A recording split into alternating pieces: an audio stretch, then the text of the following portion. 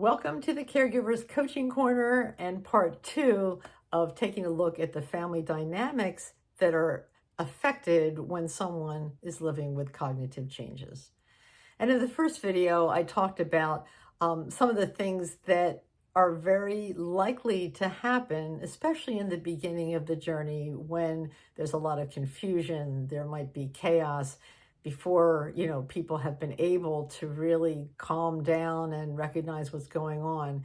And it's so important to approach the whole situation with as much care and compassion as you can, but keeping in mind that the most important people are the individual living with those cognitive changes and their primary caregiver.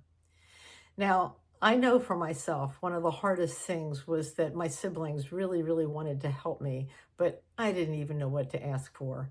Things were happening so quickly, and I was pretty much in survival mode every day. But as things have calmed down a little bit, I am reflecting back on maybe what I could have asked for. So I'm going to share this with you here, and I'm hoping you'll either take some notes or if you subscribe to my newsletter, I will send this out probably close to the release of this video. But please feel free also to email me at Diane@dementiacoachdiane.com, and I'll be happy to send that newsletter out to you if you missed receiving it as part of my weekly distribution.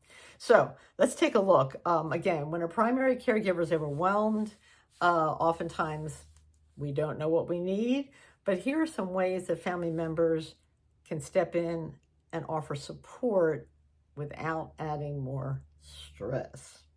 So first of all, practical help. Run errands, pick up groceries, prescriptions, or household essentials. And, I know that I can order online and do my groceries that way, but sometimes it's just so darn nice to have somebody else just do it for you. Of course, preparing meals. Oh my gosh, we had a neighbor who actually dropped off some home-cooked meals, and it was amazing. And I had some friends that actually bought me a gift certificate for a free meal delivery so I could get a hot meal once in a while instead of chicken on top of salad, which is, pretty much my daily dinner. Of course, do household tasks, laundry, cleaning, yard work, taking out the trash. All those things add up. And while any one of them isn't that difficult for me to do, you put it all together, it is overwhelming because I don't have any help from anybody anymore. Providing transportation. Sometimes, just driving me to the doctor's appointment with Ben was really helpful, especially again in the beginning, because I wasn't sure if I could control him. I didn't know what was going to happen. So it was really nice to just have somebody else with me. Of course, relief from caregiving duties themselves, offering respite care. Oh my gosh, like stay with the person with dementia for just a few hours. Give us a break.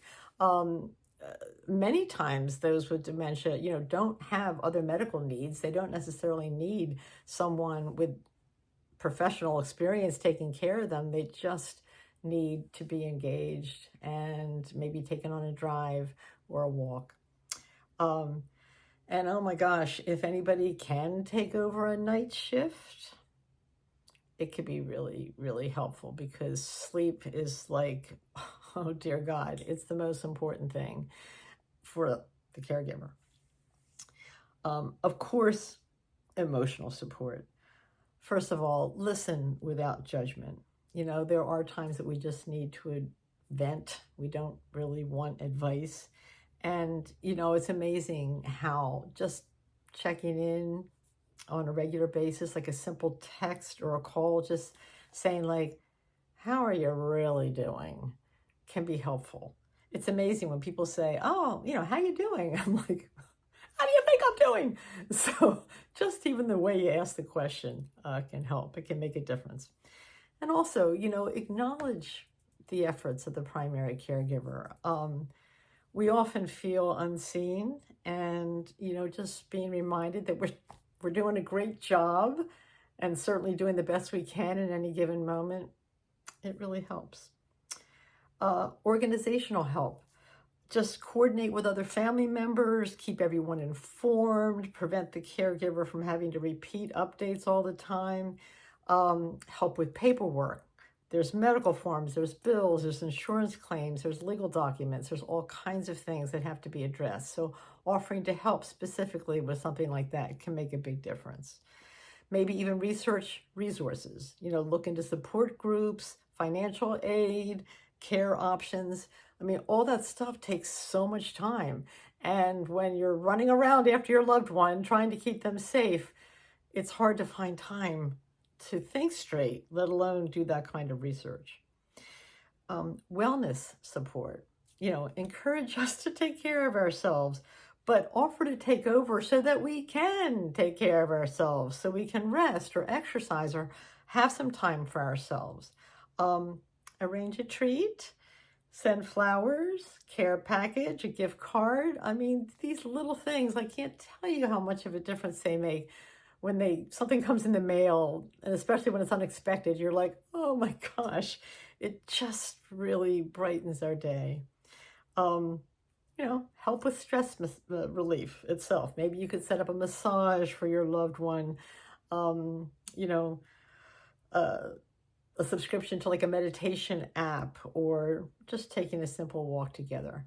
These things can all make a big difference in terms of reminding us how to take care of ourselves instead of just telling us that we need to. Help us do it.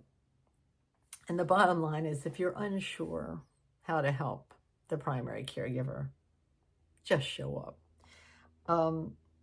Don't wait for us to ask, because again, we're oftentimes so busy and we don't want to burden others. But, just showing up and saying like, hey, I'm bringing dinner tonight, or sometimes just sitting with us in silence can make a big difference.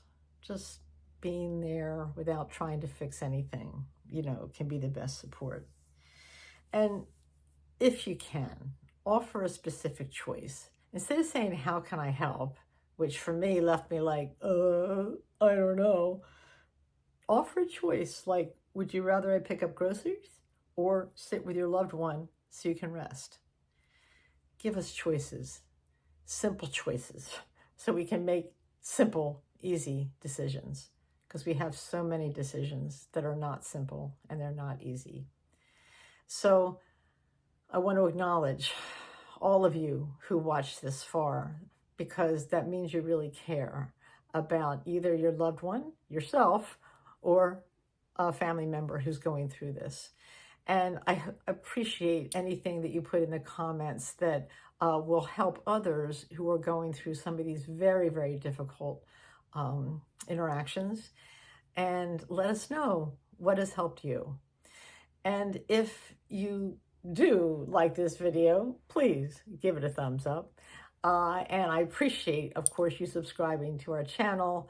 You might even want to hit the notification bell, because I'm never sure when I'm going to get the next video up. But I'm going to keep trying to put this out there, because I really believe that this caregiving experience does not have to be as hard as it is. And a big part of it is coordinating with our families, with our friends, with our neighbors, people that want to help us but maybe don't know how. So let's try to help each other, help our loved ones, because they're the ones going through these changes, and help the primary caregiver so we can last for the long haul and not just survive, but maybe even thrive. Stay tuned for the next video, and I'll share more about family dynamics and what helped us.